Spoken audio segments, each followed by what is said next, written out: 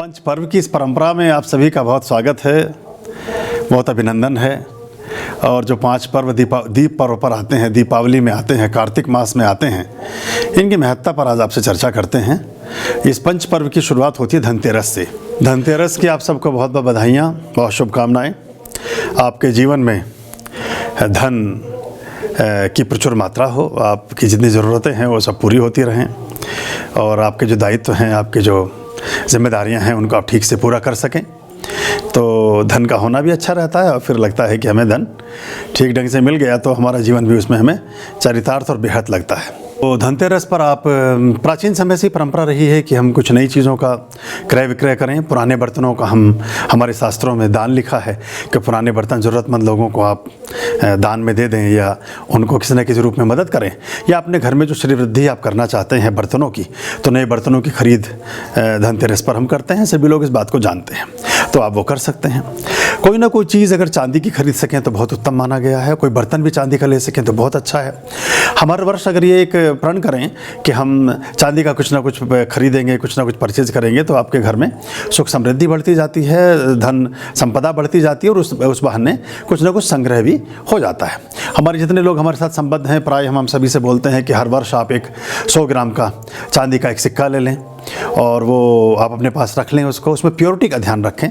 तो जो बहुत सारी कंपनियां जो बहुत अच्छे ढंग से उसको बनाती हैं, 49 का लें। 49 होता है जिसकी शुद्धता 100% होती है, और 999 होता है जिसमें थोड़ा सा वो 23 कैरेट उसको आप मान सकते हैं सोने में, और चांदी में भी उसमें मिलावट थोड़ी होती है। 91.2% जो होता है वो लगभग 85% आप उसको मानकर चलें कि वो 85% चांदी होती है, बाकी 15% उसमें बाकी मेटल्स होते हैं। तो आप आपके शहर में जो भी प्रतिष्ठित ज्वेलर है, जो भी जहाँ से आप ये चीज़ें खरीदते हैं, वहाँ आप जाएँ, उनसे बात करें। 150 रुपया वो हो सकता है आपसे ज़्यादा लें, लेकिन शुद्धता की वैल्यू ज़्यादा है, बाद में भी आपके काम आएगा। और सबसे बड़ी बात ये होती है कि आप उसको जब पूजा घर में रखेंगे तो आपके लिए वो काम करना प्रारंभ करेगा। जिस चीज़ में ही मिलावट है तो फिर वो सभी चीज़ों में मिलावट हो जाती है, तो पूजा पाठ में मिलावट नहीं चलती। अगर ये आप ध्यान में रख सकें तो बहुत अच्छा है। दूसरा, हम हमेशा सभी से कहते हैं कि धर्म है सभी के लिए, परमात्मा है सभी के लिए। और ऋग्वेद में एक श्लोक आता है कि ईशावास्यम इदं सर्वम यत् किंचाम जगत्याम जगत। परमात्मा इस जग के कण कण में विद्यमान है, तो वो आप में भी विद्यमान है। तो एक तो आप अपने आप को ये ना सोचें कि अगर अब तक आपको किसी ने ऐसी बातें सिखाई, पढ़ाई, बताई, और आपको इस प्रभाव में रखा है कि आप पूजा पाठ नहीं कर सकते हैं, आप परमात्मा का ध्यान नहीं कर सकते हैं, आप ईश्वर की पूजा करने के योग्य नहीं हैं, तो उससे एक तो बाहर आ जाएं, उस भावना से बाहर आएं। जो कहते हैं वो हीन भावना में हैं, और जो इसको नहीं कर पाते हैं वो दूसरी तरह की विचारधारा में होते हैं। तो इससे बाहर आएँ। हाँ, एक समय था जब ये सब चीज़ें राजाओं के और पुरोहितों के बीच ही चलती थी। बदलते हुए परिप्रेक्ष्य में, बदलते हुए समय में अब तो सभी लोग छोटे मोटे राजा हैं।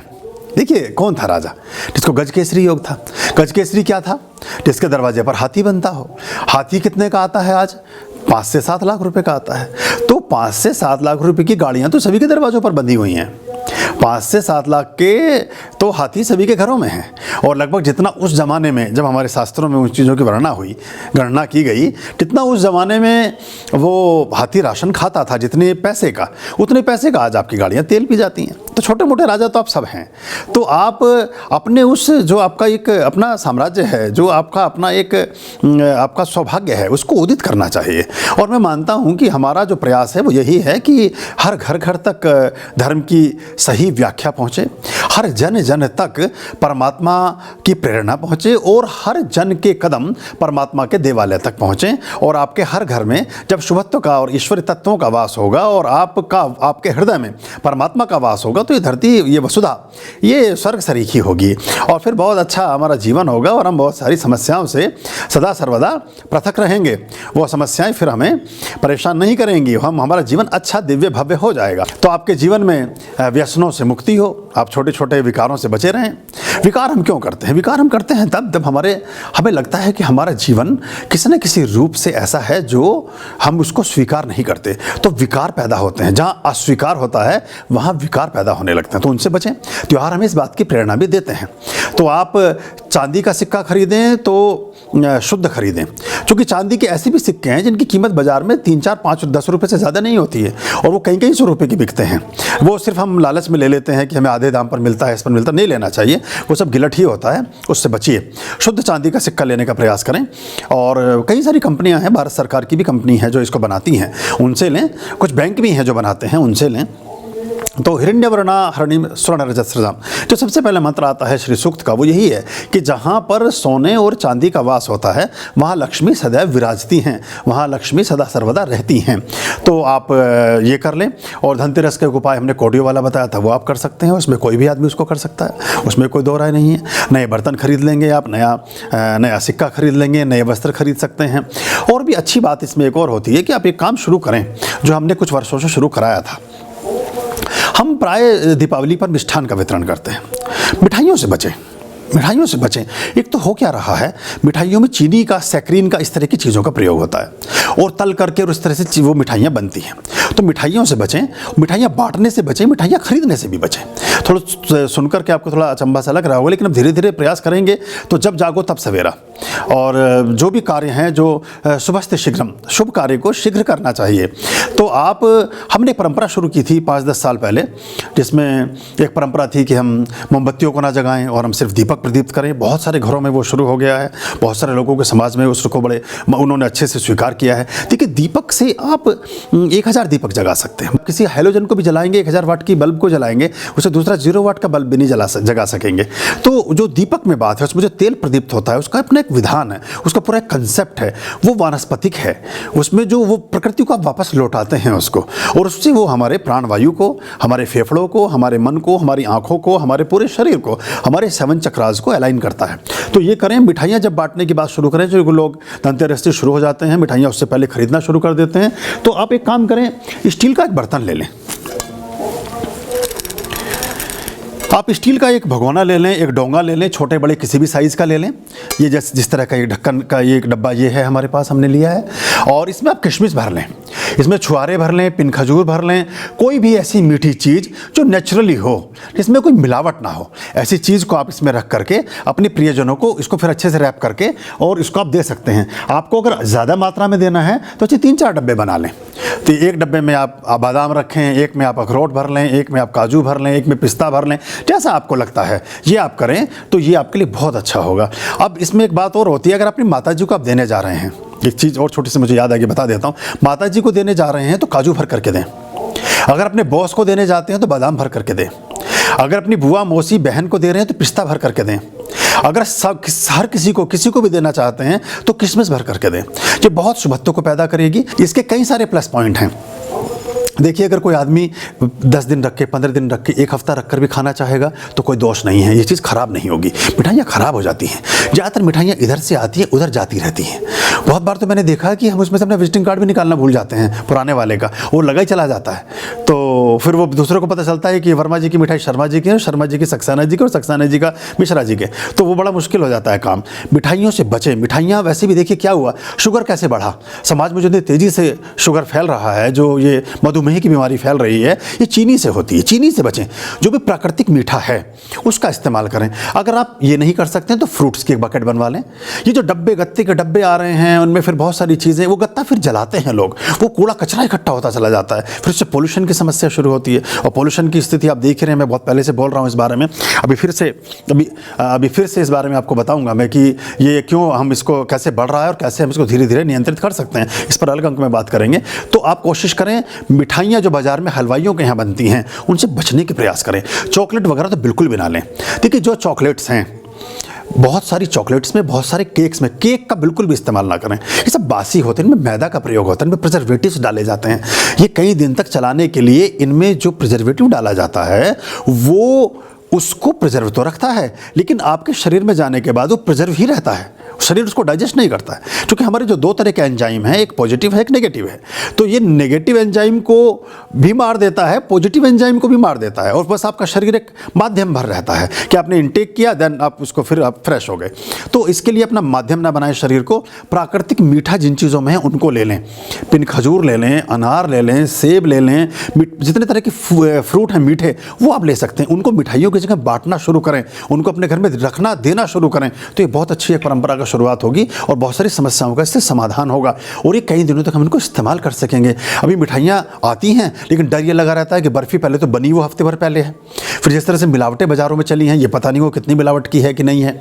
चॉकलेट में ज़्यादातर अंडे का प्रयोग होता है, बहुत सारी चॉकलेट्स विदेशों में मिलती हैं, उस पर ग्रीन मार्क होता है लेकिन उसमें अंडा होता है, क्योंकि उसकी जो उन्होंने अलग से एक सूची दी हुई होती है, उसमें बहुत सारी चीज़ें ऐसी हैं जिनको अंडे को वो वेजिटेरियन में मानते हैं। विदेश की बात कर रहा हूँ, भारत में भी मुझे पता नहीं इसका कितना वो होगा। तो ये इन सब चीज़ों से बचें, अपनी प्रकृति की तरफ लौटें, मूल की तरफ लौटें। और भी बहुत अच्छा है अगर मिश्री ले सकें, कुज्जे वाली मिश्री जो जिसमें धागा लगा हुआ होता है, वो बहुत अच्छी है इस्तेमाल करने के लिए।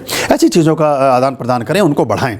एक दो चीज़ें और आपको बताता हूँ जो आपको धनतेरस पर करनी है, और धनतेरस पर खरीदारी का मुहूर्त भी आपको बताता हूँ। कार्तिक मास में कृष्ण पक्ष की त्रयोदशी को धनतेरस के रूप में मनाया जाता है। इस दिन यमराज की पूजा का विशेष विधान है, और यमराज की कृपा के लिए, यमराज की प्रसन्नता के लिए कि आपके लिए वो आपके अकाल मृत्यु से आपकी रक्षा करें, आटे का दीपक, चौमुखा दीपक बनाकर भी घर के मुख्य द्वार पर रखे जाने की एक बड़ी लंबी परंपरा रही है। और ये संध्या काल में सूर्यास्त के बाद घर की जो स्त्रियां हैं वो दीपक में तिल का तेल डालकर, तिल के तेल की आप बात करते रहे हैं हमेशा कि तिल के तेल का हम कब प्रयोग करें, तो तिल का तेल डालकर 4 बत्तियों वाला दीपक बना करके, और उसके साथ जल, रोली, चावल, गुड़, फूल, फल और मिठाई, ये मीठी चीज़ें ये रख करके दीप जलाकर यम की पूजन का एक विधान रहा है। और धनतेरस के दिन ही जो आयुर्वेद के जनक रहे हैं धन्वंतरी, उनकी पूजन का भी विशेष महत्व है। तो इस दिन बहुत से लोग जो कृषक कार्यों से जुड़े हैं, जिनके घर में किसानी होती रही है, कृषक हैं वो, उनके घर में कुछ ना कुछ खेती बाड़ी का काम रहा है, उसमें जो उसी दिन हल चलता है खेत में, उससे जुती हुई मिट्टी को एकत्रित करके और दूध में भिगोकर, उस मिट्टी को दूध में पांगते हैं, दूध में भिगोते हैं, और उसमें सेमर की शाखा, सेमर एक पेड़ का नाम है, एक पौधे का नाम है, सेमर की शाखा को डाल करके 3 बार अपने शरीर के ऊपर से उतारकर कुमकुम लगाते हैं। फिर माथे पर कुमकुम लगाना चाहिए और कुमकुम का तिलक भी करना चाहिए इस सेमर की शाखा को भी। के बाद इसको फिर हम बाहर, घर के बाहर रख देते हैं। तो ऐसा माना गया है कि ये हमारे लिए बहुत अच्छा सुरक्षा का कार्य करती है, और अपामार्ग को भी, जो चिरचिटा जिसको पौधा बोलते हैं, उसके भी 5 पौधे या 5 डंडियाँ ला करके घर में रखने का विधान है, और उनको हम अपने घर में रखते हैं। और इसी दिन से हम पंचदीपों का प्रारंभ भी करते हैं। 5 दिनों तक दीपक प्रदीप्त करने की भी शुरुआत करते हैं, जिसमें हम घाट पर, गौशाला में, बावड़ी में, कुएं में, मंदिर में, या अपने घर के जो अलग अलग कॉर्नर्स हैं, अब धीरे धीरे ये चीज़ें तो समाप्त हो रही हैं हमारे जीवन से, तो आपके घर के जो कोने हैं, अब वहाँ कुआं नहीं है तो जहाँ टोंटी लगी है वहाँ रख सकते हैं, जहाँ आपका जो आंगन है वहाँ रख सकते हैं, खुले में रख सकते हैं। बहुत सारे स्थानों पर 5 दिन तक हमें दीपक जगाना चाहिए, और इन दीपकों में एक दीपक हम दक्षिण दिशा में भी जरूर जगाएं, क्योंकि दक्षिण जो दिशा है वो मानी गई है यमराज की दिशा, तो वहाँ पर हमें दीपक जरूर जगाना चाहिए। तो उसकी पूरी एक कथा है कि किस तरह से यमराज ने उसके लिए फिर अभय मुक्ति का एक वरदान दिया था कि जो व्यक्ति इस दीपक को अपने घर में जगाएगा उसकी यहाँ कभी भी अकाल मृत्यु नहीं होगी। तो ये हमें करना चाहिए, और इससे जो है बहुत अच्छे शुभत्व का उदय होता है, और हम बहुत सारी बीमारियों से भी बचे रहते हैं। यदि धनतेरस के दिन धन्वंतरी पूजन के बाद दीपदान आप कर रहे हैं, तो दीपदान के समय यदि ये मंत्र पढ़ सकें तो बहुत उत्तम है। मृत्युनाम पाशहस्तेन कालेव भार्यया सह त्रयोदश्याम दीपदानात् सूर्यजा प्रियतामिति। धन्वंतरी जयंती भी इसी दिन होती है, और उसमें जो आयुर्वेद के जनक हैं धन्वंतरी, उनकी पूजा और उनकी मान्यता का भी एक विधान है। और ऐसा उल्लेख आता है कि वैदिक काल में समुद्र मंथन के समय में अमृत कलश को हाथ में लिए हुए जो धन्वंतरी हैं वो देवता वो प्रकट हुए थे, तो इसलिए उनके लिए भी पूजा पाठ का विधान किया जाता है। और बहुत स्थानों में, बहुत सारी परंपराओं में धन्वंतरी को भगवान विष्णु का भी अवतार माना गया है। और इसके साथ साथ जो हमारी 8 प्रकार की सिद्धियां होती हैं, जिनमें अणिमा है, महिमा है, वशित्व है, जो जितनी भी हमारी सिद्धियां हैं 8 प्रकार की, उन सिद्धियों के दाता हैं और उन सिद्धियों में सिद्ध थे धन्वंतरी। तो ये भी हमारे लिए एक बहुत अच्छा पर्व माना जाता है। और इसीलिए हम घर में अपनी साफ़ सफाई का भी ध्यान रखते हैं ताकि हमारे घर में आरोग्य बना रहे, सभी तरह की बीमारियों से हम बचे रहें। तो धनतेरस के दिन हमें इस तरह की बीमारियों से बचने के लिए अपने घर की साफ़ सफाई और स्वच्छता का विशेष ध्यान रखना चाहिए। और अभी कोविड वाले काल में तो हम इसका महत्व और भी ज़्यादा हो गया है। तो ये हम इस बात का ख्याल रखें और ये अगर हम इसको कर सकेंगे तो अच्छा रहेगा। ये जो हम दीपक प्रदीप्त करते हैं घर के चारों तरफ, इन दीपकों के जगाने से भी यही होता है कि आसपास में जो बैक्टीरियाज हैं, जो छोटे मोटे कीट पतंगे हैं, वो सारे के सारे इन दीपकों पर एकत्रित हो जाते हैं, उनकी तरफ आकर्षित होते हैं और धीरे धीरे वो भस्म हो जाते हैं, समाप्त हो जाते हैं। तो ये हमारे लिए धनतेरस पर अगर हम ये सब कर सकें और इन चीज़ों का हम विचार रख सकें तो बहुत अच्छा है। ये हमारे लिए शुभ होगा और अच्छा रहेगा। धनतेरस पर आप दिन में, जो भी दिन है, पूरे दिन में कभी भी आप अच्छी वस्तुओं का, जो आपके लिए स्वर्ण आभूषण है, चांदी की चीज़ें हैं, सोने की चीज़ें हैं, बर्तन हैं, इन सब का ड्यूरिंग सनलाइट, जब तक सूरज निकला हुआ है तब तक आप इनका क्रय विक्रय कर सकते हैं। किसी को दान देना है दान दे सकते हैं, किसी से लेना है ले भी सकते हैं। आपके लिए धनतेरस बहुत शुभ हो और आपके जीवन में सभी तरह के मंगल की कारक हो, ऐसी हमारी शुभकामनाएं हैं। ओम स्वस्ति अस्तु।